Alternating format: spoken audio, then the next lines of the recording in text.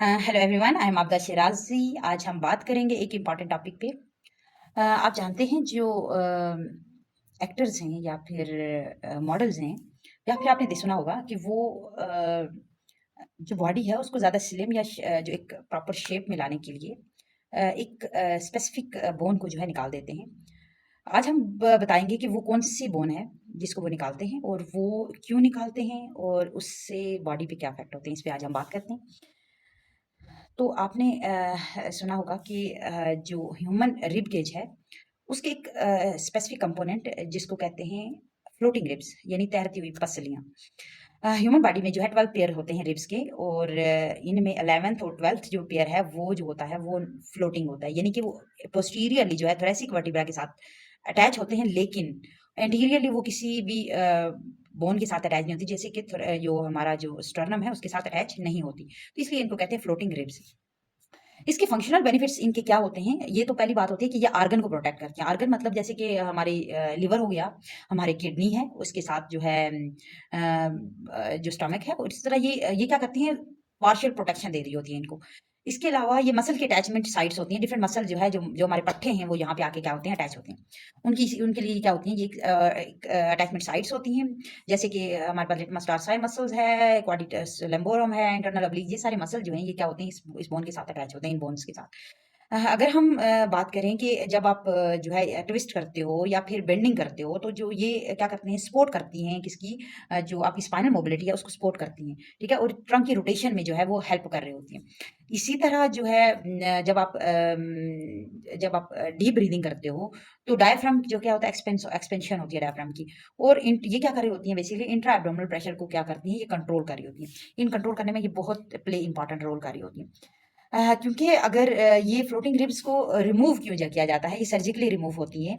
इनको रिमूव क्या किया जाता है, पहली बात ये होती है कि या तो कॉस्मेटिक अपीयरेंस के लिए, क्योंकि मोस्टली जो एक्टर्स हैं वो इसलिए रिमूव करते हैं ताकि जो वो स्लिम दिखें, और जो है वो अपनी आर ग्लास वेस्ट शेप जो है अपनाना चाहती हैं, या फिर जो स्लिम टॉर्सो अपीयरेंस है वो लाना चाहती हैं, जिसकी वजह से जो है वो ये कॉस्मेटिक सर्जरी करवाती हैं। इसके अलावा कुछ रियल मेडिकल कंडीशंस होती हैं जिनमें ये हो सकता है, जैसे अगर किसी का ट्यूमर है वो भी करवाते हैं, किसी को रिब फ्रैक्चर हो गया तब रिमूव करवा रहे होते हैं, या फिर जेनेटल एबनॉर्मलिटी है, यानी बाय बर्थ कोई एबनॉर्मलिटी होगी तो तब इसको रिमूव करवाया जाता है। अगर हम इसकी बात करें कि अगर किसी ने इसको रिमूव करवा दिया तो इसके क्या एडवर्स इफेक्ट होंगे। एडवर्स इफेक्ट में हमारे पास एक तो जो हमारे जो डेलिकेट ऑर्गन्स हैं, चाहे वो हमारे इंटेस्टाइन्स हैं या फिर जो किडनी है या फिर हमारे जो एड्रिनल ग्लैंड है, साथ में लिवर है, हमारे जो स्टोमक है, ये जो स्पेसिफिक छोटे छोटे पार्ट्स हैं, इनको क्योंकि ये प्रोटेक्ट कर रही होती हैं तो इनकी प्रोटेक्ट ये एक्सपोज हो जाएंगे, पहली बात। दूसरी ये बात है कि जब ट्रंक की जब ट्रंक की इंस्टेबिलिटी हो जाएगी, क्योंकि आपकी जब आप लोअर जो आपका थोरेसिक जो एरिया है और लंबर रीजन है वहाँ पे क्या होगा, ये इम्बैलेंस हो जाएगी, जिसकी वजह से जो है वो ट्रंक की इंस्टेबिलिटी होगी। इसी तरह आपको फटीग हो सकती है, लो बैक पेन हो सकता है, क्योंकि और साथ में पोस्चरल डिसफंक्शन हो सकता है, क्योंकि आपकी स्पाइनल अलाइनमेंट जो है वो अल्टर होगी ये इस वजह से। उसके अलावा जो है डायफ्रामेटिक एक्सर्शन जो है वो आपकी रिस्ट्रिक्ट हो सकती है, क्योंकि ब्रीदिंग आपकी जो ब्रीदिंग एफिशिएंसी है, यानी कि ब्रीदिंग पैटर्न जो है आपका वो डिस्टर्ब हो सकता है। और उसी से के साथ जो है जो आपकी इंटरकोस्टल जो मसल्स जो इंटरकोस्टल नर्व्स है उसकी इम्पिंजमेंट भी हो सकती है, क्योंकि अगर वहाँ पे स्कार फॉर्मेशन हुई तो आपकी कभी वहाँ पे जो इंटरकोस्टल नर्व्स जो है वहाँ पे इम्पिंजमेंट उसकी हो सकती है। ये कुछ इसके छोटे से क्या है, एडवर्स इफेक्ट हैं। इसके अगर हम डेली एक्टिविटी पे बात करें कि उसके इम्पैक्ट क्या है, यानी बायोमैकेनिकल इम्पैक्ट क्या होंगे इसके, तो डेली रूटीन में जो है जब आप लिफ्टिंग करते हो, ट्विस्टिंग करते हो, बेंडिंग मूवमेंट करते हो, तो उसमें आपको डिस्कम्फर्ट होगी। जो कोर स्टेबलाइजेशन मसल्स हैं जैसे आपकी, क्योंकि क्योंकि वो उनमें फिटिंग हुई हुई है, पेन हुआ हुआ है आपका, स्ट्रेन हुए हुए हैं, तो उसकी वजह से क्या होगा, आपकी जो मसल्स हैं वो होंगे क्या, प्रॉब्लम हो जाएगी उन मसल्स में। इसी तरह जो है आपकी जो आप हाउस होल्ड एक्टिविटी करते हो, जैसे वॉकिंग हो गया, प्रोलॉन्ग स्टैंडिंग है, इनमें जो है फंक्शनल लिमिटेशंस आपको हो सकती हैं। इसके अलावा जब आप ट्रैवलिंग कर रहे हो, प्रोलॉन्ग सिटिंग पोस्चर जो है, या फिर कैरिंग अ लगेज, ये सारे जो है आपकी मसल पे टेंशन देंगे, आपकी स्पाइनल कार्ड पे प्रेशर अप्लाई करेंगे, जिसकी वजह से जो है वो आपका जो है वो डिफिकल्टी हो जाएगी, आपका बैलेंस प्रॉब्लम होगा आपको, और आपकी पोस्चर जो है इम्बैलेंस होगा, जिसकी वजह से आपको पॉसिबली इंजरी के चांसेस हो सकते हैं।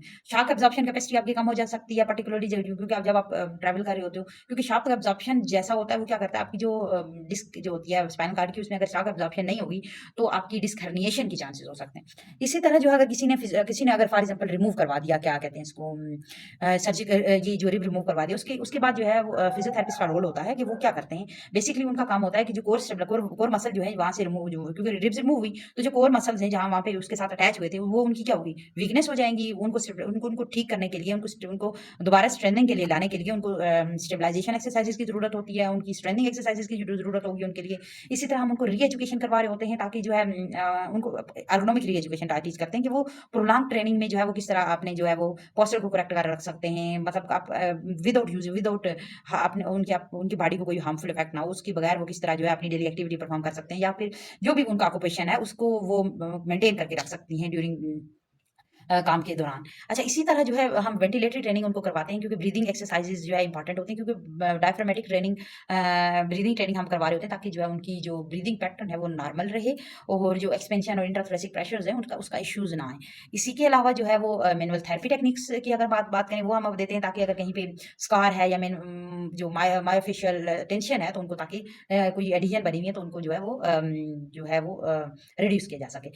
इसी तरह जो है डिफरेंट एरियल्स ट्रेनिंग हम करवाते हैं, जैसे सिटिंग है, लिफ्टिंग है, और डिफरेंट गाइडलाइंस प्रोवाइड करते हैं ताकि वो फंक्शनल ट्रेनिंग जो है रिटेनिंग करें प्रॉपरली। और अगर जो है किसी ने जो है वो अगर मेडिकल पर्पज़ के लिए या फिर अगर किसी को कॉस्मेटिक पर्पज़ के लिए अगर उन्होंने फ्लोटिंग रिब्स की हुई हैं तो ये इनके लिए जो है वो प्रॉपर पोस्ट मेडिकल ट्रीटमेंट बहुत बहुत इंपॉर्टेंट है, या फिर जिसको हम कहें फिजियोथेरेपी इंपॉर्टेंट है।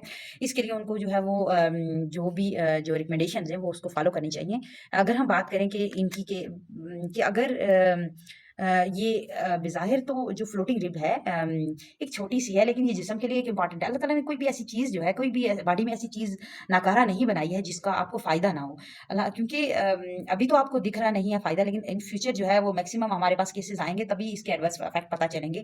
क्योंकि अभी तो इनको जो लोग इसको करवा रहे हैं सर्जरी, उनको तो अभी तो वो शायद खूबसूरती की बात हो, लेकिन एक आम इंसान के लिए ये सेहत और हिफाज़त की चीज़ है। खुदारा खूबसूरती के चक्कर में अपनी बॉडी को जो है वो कमज़ोर होने से जो है वो कमज़ोर ना करें। और दूसरी ये बात कि कॉस्मेटिक अपीयरेंस के लिए अपनी बॉडी को जो है वो, अगर आप कॉस्मेटिक अपीयरेंस करना चाहते हैं तो आप एक्सरसाइज करें, और भी मेथड्स हैं जिससे आप कॉस्मेटिक अपीयरेंस ले सकते हैं। ये जो चीज़ें हैं ये ट्रेंडिंग तो हैं इन डिफरेंट रीजन में, क्या पता इन फ्यूचर पाकिस्तान में भी हो सकती। तो thank you very much from my side. कैसी लगी ये वीडियो आप कमेंट्स में मुझे ज़रूर बताइएगा। थैंक यू, अल्लाह हाफ़िज़।